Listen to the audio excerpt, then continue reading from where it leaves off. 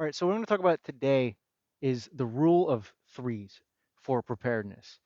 Now, this is a way to remember and prioritize what comes first when you're thinking of emergency preparedness, survival for what is going to really disrupt your way of life and possibly even put you and your family at major risk, as well as short of that, just increasing comfort and avoiding unnecessary stress and discomfort and lack of sleep and all the things that are associated with crises and emergencies. So the rule of threes is in order from most urgent to least urgent.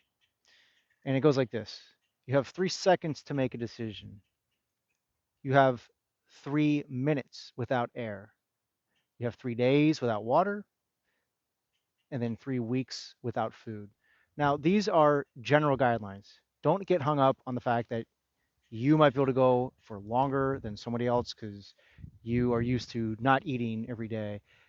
There's always going to be exceptions, but if you focus on the exceptions over the rule, you're going to miss the rule. So learn the rule first, and then think how it might be adapted to you. In other words, start with 3 seconds to make a decision. Are you someone who's indecisive? Is that something that you can fix? Well, one way to start doing that is to start actively making decisions and sticking with it until you're forced to calibrate. And when that comes, then you course correct. It's a lot easier to just start and make minor calibrations than to wait far longer than you should and then have to do a 180-degree course correction. Now, if you are a people pleaser, this is going to be devastating during an emergency, during a crisis, anytime when resources are thin. If you have trouble saying no, that is going to be dangerous to you and your family. And one way to start preparing for that is to start saying no tomorrow. Now, are you going to start doing that? Well, you might say no, because I don't want to start not pleasing people. And that's the problem. You need to start getting comfortable with being honest about your availability to take on new tasks and accept engagements.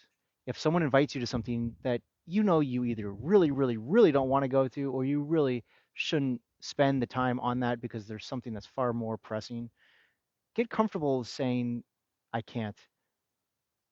And you don't even have to give a reason, even though they're probably going to ask you for one. Then it's up to you whether you want to lie, whether you want to just tell them the truth. This is what I'm working on. And maybe you compromise. Maybe, you just show up for 30 minutes if it's within 30 minutes away. But even that gives you an example of how much time you're going to waste.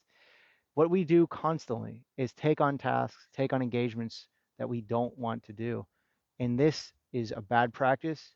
And this is going to be a devastatingly bad practice during some kind of grid down or other emergency scenario where people are asking you for things that you shouldn't provide.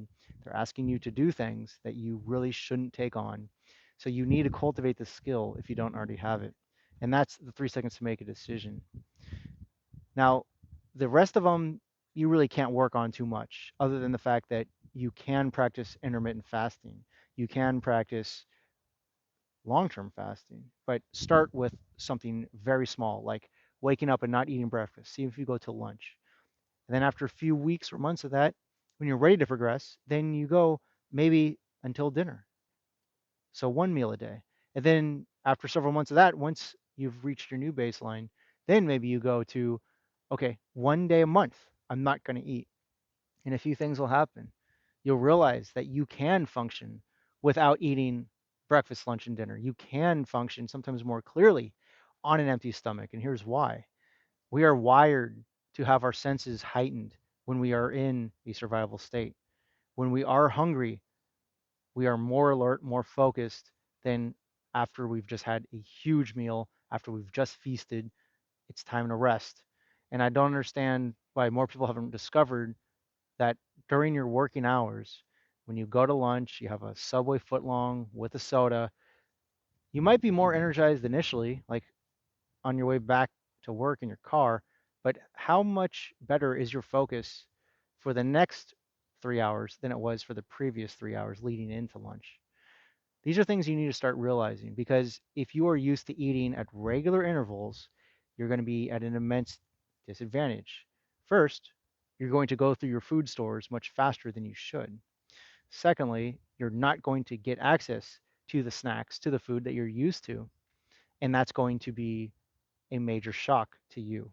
You need to get comfortable with being a little bit uncomfortable and then gradually opening that window of discomfort to lengths that you're not currently able to handle. Now, with water, that isn't something that you can be accustomed to not drinking.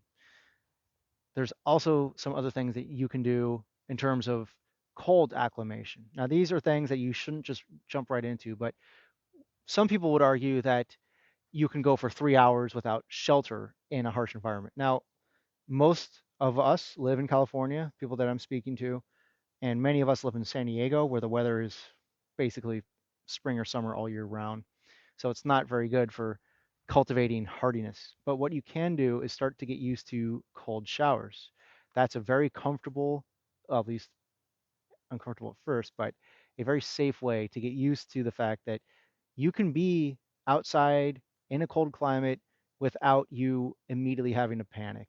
You can get into cold water without you immediately having to get right out because it's so uncomfortable.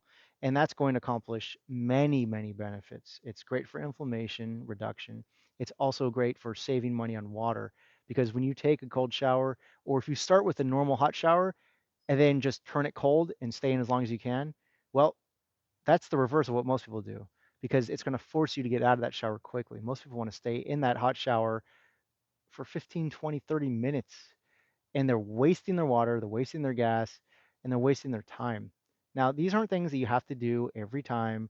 These aren't things that you even have to do most of the time. These are things that you should start to do more than never because you don't want to wait until the emergency to start doing the things that you should have been doing. You want to test these things while it's safe to do so, rather than wait until you're forced to do so. It's not going to be a fail-safe environment.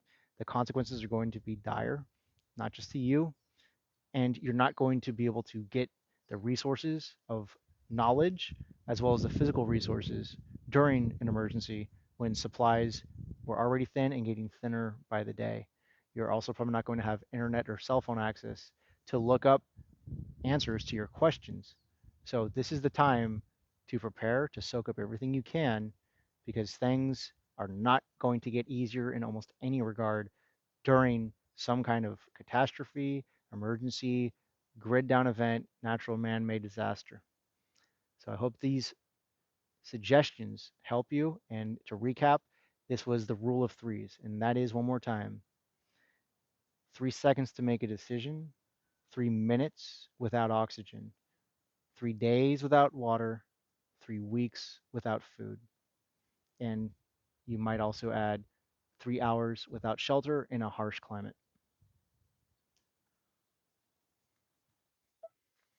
Stop recording.